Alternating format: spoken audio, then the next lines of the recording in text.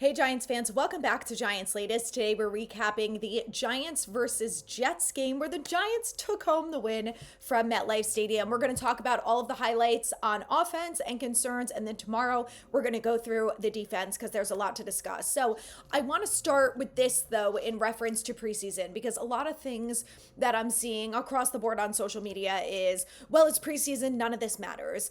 And while it doesn't matter to you and it might not matter that much to us as fans, this is all very valuable for the people in the building. And look, Russell Wilson is always going to give his PR type of answer. That's just what he does and what he's good at.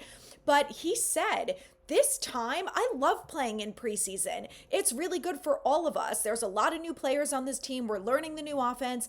And you can also see it from guys in year one of this offense or defense into year two. And this is something that Dante Miller, also known as Turbo, talked about that we're going to talk about in a second. But I know people are saying, like, oh, it doesn't really matter. But I want you to think about this. Last year when the Giants played the Texans and the Giants starters played against the Texans starters in preseason, and Daniel Jones opens up that drive by throwing a pick six, do not tell me that you were not worried about Jones. Don't tell me, because you're lying. I know that that scared people, and we were like, oh, here we go. Daniel Jones again, making bad decisions with the football, interceptions, pick sixes, the whole thing. We all remember that vividly. And then you know what happened? The exact same thing happened in week one. So even though it seems like preseason is a waste of time and whatever, it's really not. For someone like Jackson Dart, these reps are really valuable. For someone like Russell Wilson, who's on a brand new team, learning to work with new wide receivers and a new offense and this and that, it's important. And at the end of the day, we're talking about a football team who has looked awful, absolutely awful, whether it's preseason or regular season for the last couple years. And the fact that they can stack some wins is also building confidence in all of them. So the fans can talk crap about it and say it doesn't matter and I don't pay attention to preseason and whatever, and that's fine, but it is valuable for the people in the building. And I think for a lot of fans, it also is important. And I want to talk about why, because this is the other thing is, so many comments that I saw before training camp and preseason were, I'm really worried about this offensive line. I don't think this offensive line is going to be good this year. We didn't make any upgrades to the offensive line, blah, blah, blah, blah, blah. All I heard, I'm worried about the offensive line. In preseason, this offensive line has not been below average. It's been damn good. It's been very good. And when you have the quarterbacks praising the offensive line after the games and they're saying, I was able to process my reads and I was able to do what I needed to do on the field because the offensive line did a really good job, that's important. It's about confidence for these players. When you go out in 17 weeks and you win 3 games or 6 games and your quarterback, your team has given up the most amount of sacks in history, that is a problem. It's a problem for everyone involved. And I know it would be a problem for fans if this offensive line for the last 2 weeks was giving up sacks left and right. I know for a fact my comment section on every platform would be, I told you this offensive line sucks. We're going to lose games. Joe Shane's an idiot. They didn't do enough to fix this offensive line. So in that same realm, there's a reason to be optimistic about this offensive line. In 2 games, they've given up 2 sacks. One of them, which was on Evan Neal, which probably should not be that surprising at some point, going to give up a sack. And when Jackson Dart talked about that specifically, he said, he didn't blame Evan Neal. He said the defender got, tied up in his legs. And he said that was my fault. If I didn't move my legs out of the way, I knew I could have scored right there. I had straight grass in front of me. And then the second one is Jameis Winston, who held on to the ball too long. This offensive line is doing a really good job. And yes, it's preseason. Yes, it's not a whole game of the starters, blah, blah, blah, blah, blah, blah, blah. But have you guys watched Joshua Ezeudu? I just need you to understand some of the players that are on this football team. Joshua Ezeudu was the starting left tackle when Daniel Jones got sacked and tore his ACL. He also was the starting left tackle when Jones got hit and ended up with either a concussion or another neck injury, okay? The guy is not a good tackle. He has been horrible since he's been on the Giants, okay? He's finally moved over to guard year 2 with Carmen Brasillo. He looks like a new player. Has he given up a single sack? No. Like, there are really good things that are coming out of this offensive line, and it needs to be talked about. And I think it's fair for fans to be optimistic. I'm not saying that you should go into week one and say, based on what I saw in preseason, we're going to have the best offensive line in the league. That's a little crazy. But it is fair to say maybe our offensive line is shaping up to be better than expected. They only gave up 2 sacks in 2 games, and that was the second and third string offensive line, so not even the starters that did that. And on top of that, you've got all different layers of offensive linemen. Andrew Thomas is not even on the field. Our best offensive lineman is not even playing. So anyway, all of that to say, I think it's fair to be optimistic about this offensive line. They have played significantly better than anyone expected them to, and they have been going against starters. Our starting offensive line has been going against the Jets and the Bills starters. Marcus Bowe? Not Marcus Bowe. Actually, I want to talk about Marcus Bowe because on 64 pass blocking snaps in the last 2 games, I just want you to take a second, write down how many pressures you think he gave up. I'll give you a second.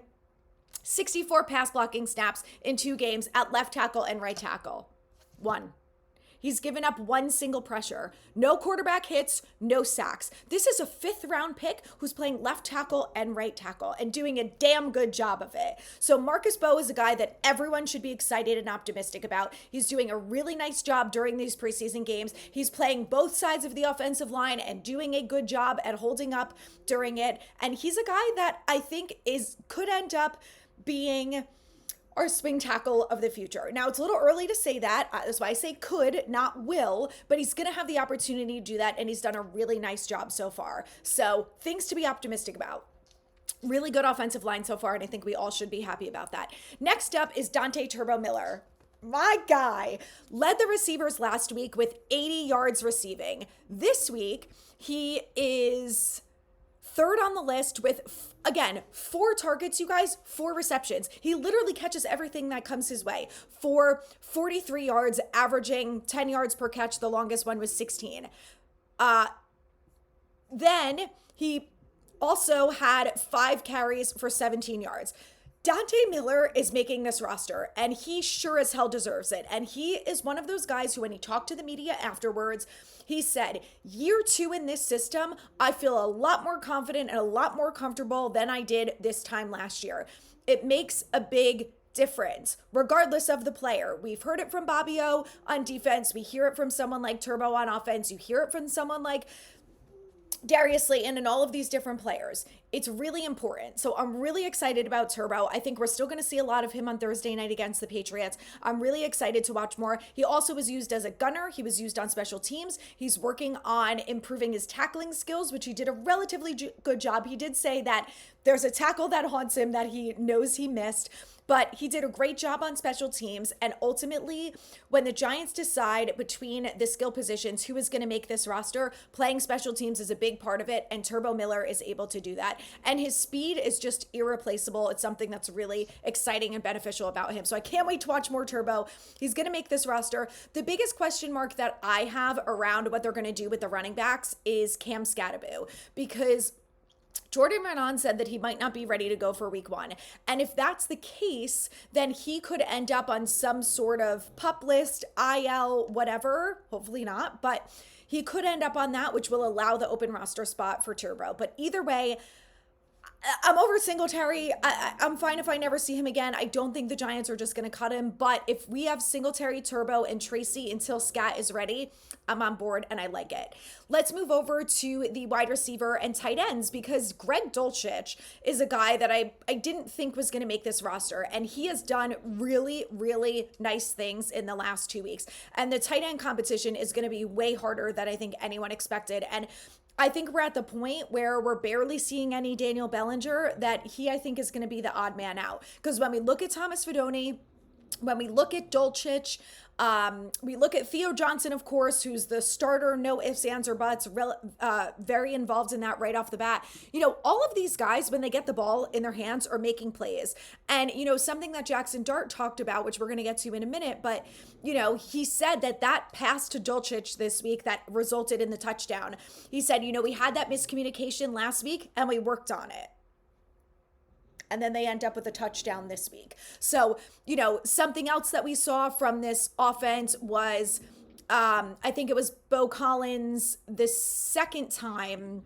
So after he catches the 80-yard bomb from Russ Wilson, which was absolute perfection, beauty, the second time the Giants are driving down the field, the Giants offense are driving down again, and a miscommunication there, and it ends up in an interception, which Russ said it was his fault. Of course he did, but the reality is it was on the wide receiver. He was not in the right spot. So, things like that, all of this is going to be taken into consideration when they decide who makes this roster. I do think it's going to be really challenging. You've even got a guy like Dalen Cambry who stepped up and made a really nice play yesterday. Out of 3 targets, he had 2 receptions for 45 yards. He was right behind Bo Collins by leading the receivers.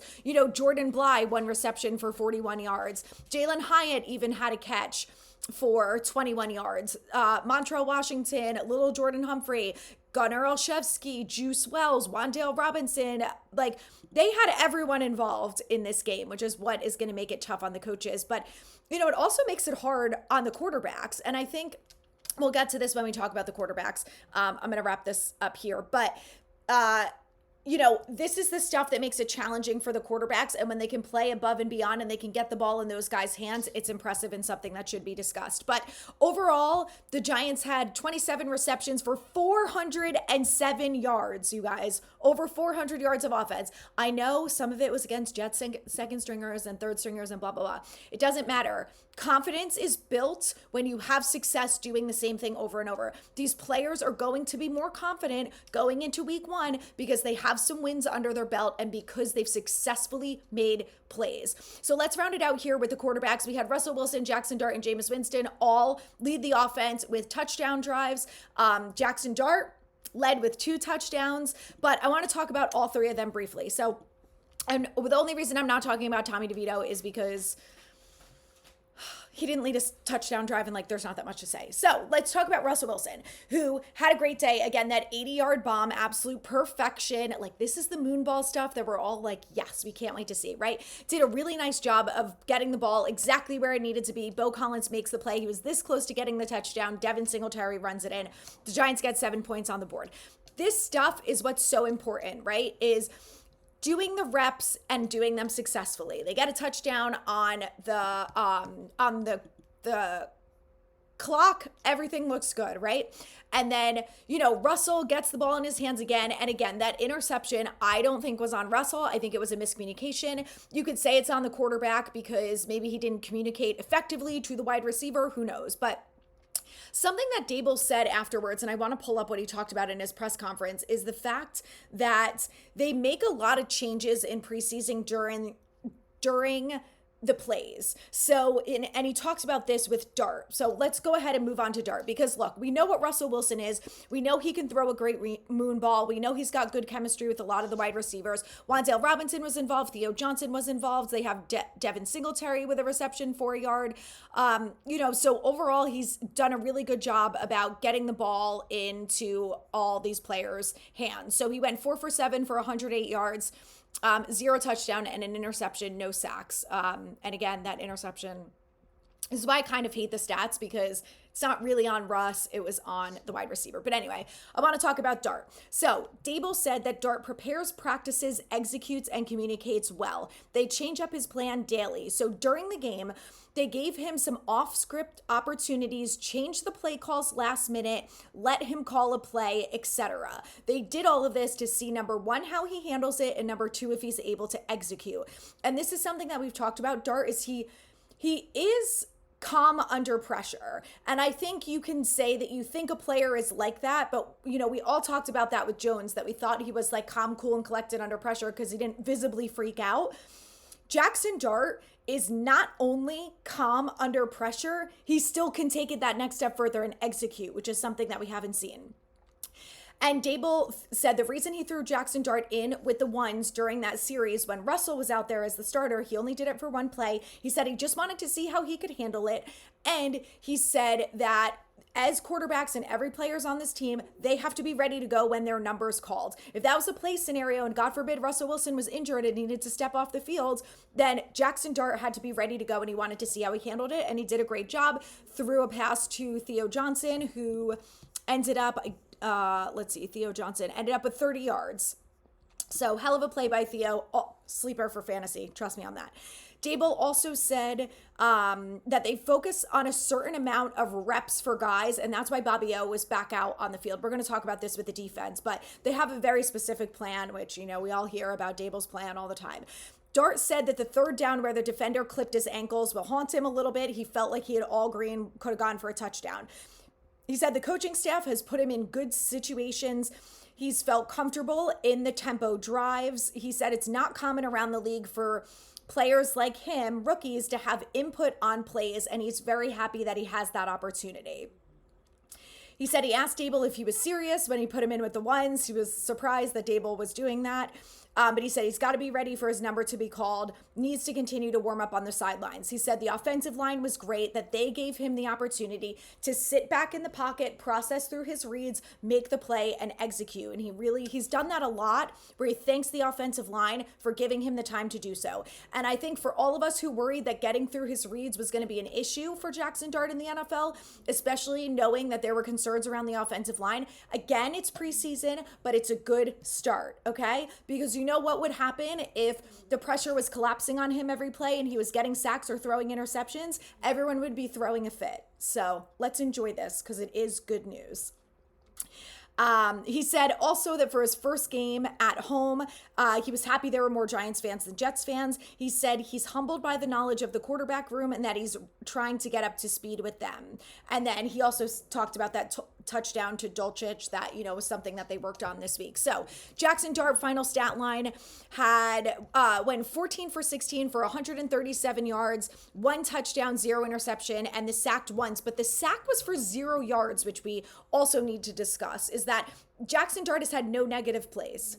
Not at all since he's been in the game. The last thing I want to say with Dart, this is a great stat from Warren Sharp. This is through both preseason games. He's 26 of 35, 74% completion rate, which is number 4 out of 35 quarterbacks.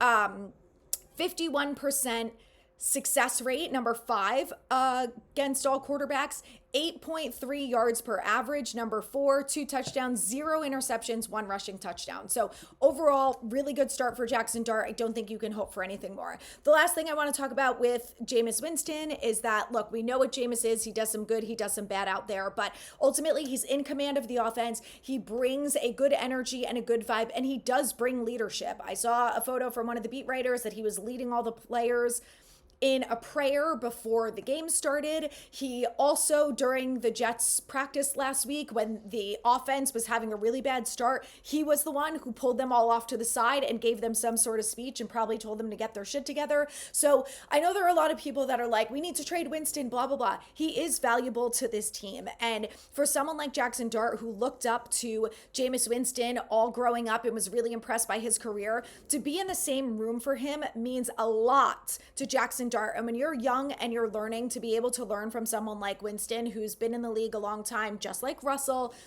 it's very, very helpful for him. So, I like watching Winston. He's fun. He's always got good energy. And by the time he comes in the game during preseason, I'm like, listen, just don't lose the game here at this point. But he's fun to watch, and I like Jameis. Today wraps up all the offense. Tomorrow, we're going to focus on the defense. So subscribe for more.